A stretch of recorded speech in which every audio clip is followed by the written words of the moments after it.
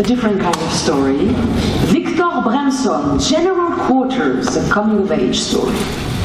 Victor Bremson shares his time between San Miguel and Seattle.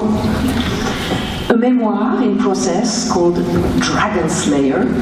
He's married to darling Roberta, raising 2 sons and enjoying 3 grandkids. Let's visit his quarters in the Navy, from mistakes to realizations. Victor Bremson.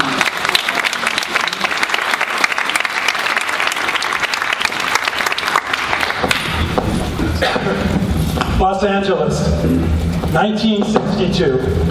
The Vietnam War is expanding. I am failing out of college. My parents are throwing me out of the house. My father thinks I'm a failure. I'm never going to amount to anything. So I joined the Navy Reserve. Over Christmas that year, I go to a 2-week Navy Reserve boot camp. What a wake-up call. What a come-to-Jesus moment.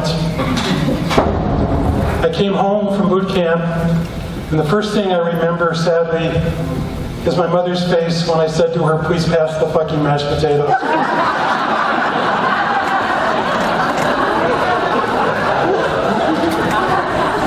The second thing I remember is, I've made a mess and I gotta fix it. And I did. I got a deferment from active duty. I started studying really hard at school. I ended up graduating with honors. I met Roberta, got married, applied for a commission at Officer Candidate School, got accepted. From there, I went to Naval Supply Corps School in Athens, Georgia. In Athens, I can remember 2 things. I can remember the first thing, I got to play football with Roger Staubach.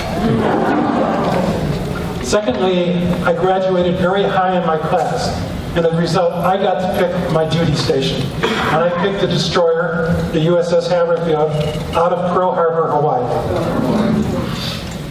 My wife and I flew to Hawaii. The Navy graciously gave us like 2 days to get her stabilized or settled, and put me on an airplane to the Philippines, and then a tanker into the South China Sea to pick up my ship off of Vietnam. I remember my first day very well.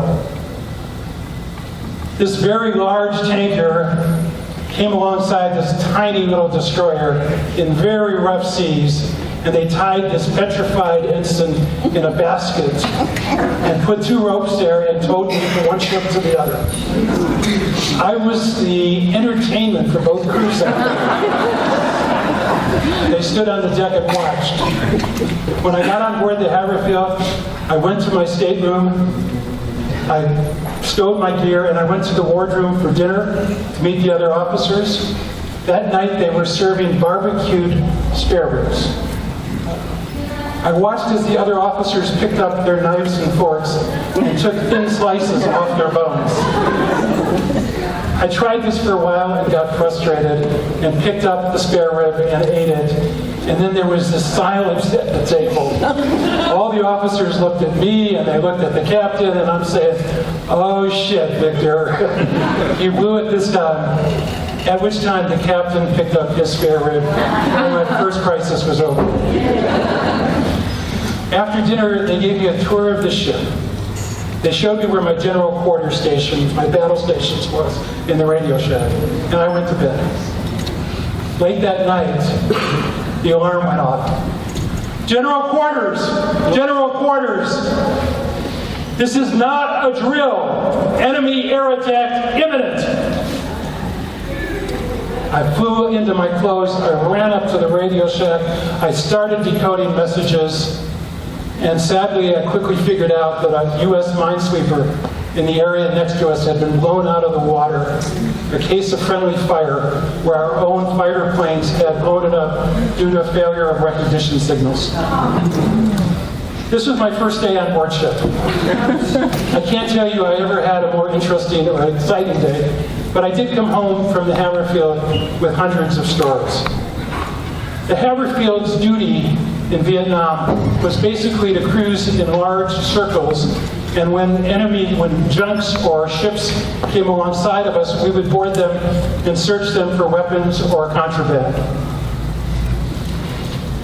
We would do this for maybe 30 to 45 days at a time, at which time we would shoot out to a great port like Hong Kong or Bangkok and give the crew liberty.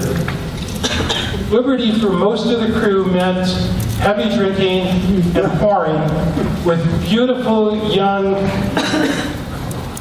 cocktail waitresses whose only English would be something like, "Hey sailor, I owe you no shit. You buy me drink." Needless to say, liberty was very important to these guys after 45 days. My duties on board ship, simply stated, was I stood deck watches. I was a boarding officer for searching ships in our area. I got to pay the crew. I got to feed the crew in the wardroom. I got to make sure that the ship always had its supplies and critical spare parts on board. And I got to run the fucking laundry. Why? I had a second-class laundryman named Gregory, who was literally twice as big as I was. And for some reason that I could never figure out, he used to starch the captain's underwear. I tried every motivational technique that I could think of to motivate Gregory to stop doing that, and nothing worked. And one day, the captain calls me to his stateroom. He takes out a pair of the boxer shorts that he just got back, and literally, he rips them apart. And he says, "Mr. Bremson, if this doesn't stop, you are not going ashore in Hong Kong." And trust me, I really wanted to go ashore in Hong Kong. I walked back to the laundry. By the time I got there, I was in a total rage. I'm not a violent person. But when I got into the laundry, I picked up this big guy, and I threw him against the bulkhead. And I said, "Gregory, if you don't stop doing this, I'm coming back down here, and I'm going to beat the hell out of you." I walked out of the laundry. I was so scared I was shaking. I was so scared that I wouldn't go topside at night for 2 weeks because I was scared that somebody might throw me overboard. The good news, it worked. Gregory stopped starching the captain's laundry.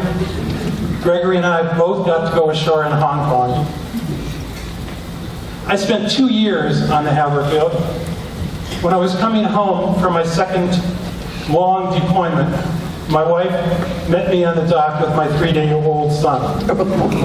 My parents were also there. My father came on board ship. He came and he saw me in my uniform, managing my responsibilities and my men. He didn't have to say a word. I could see in his face that he was really proud of the man that I had become. Thank you.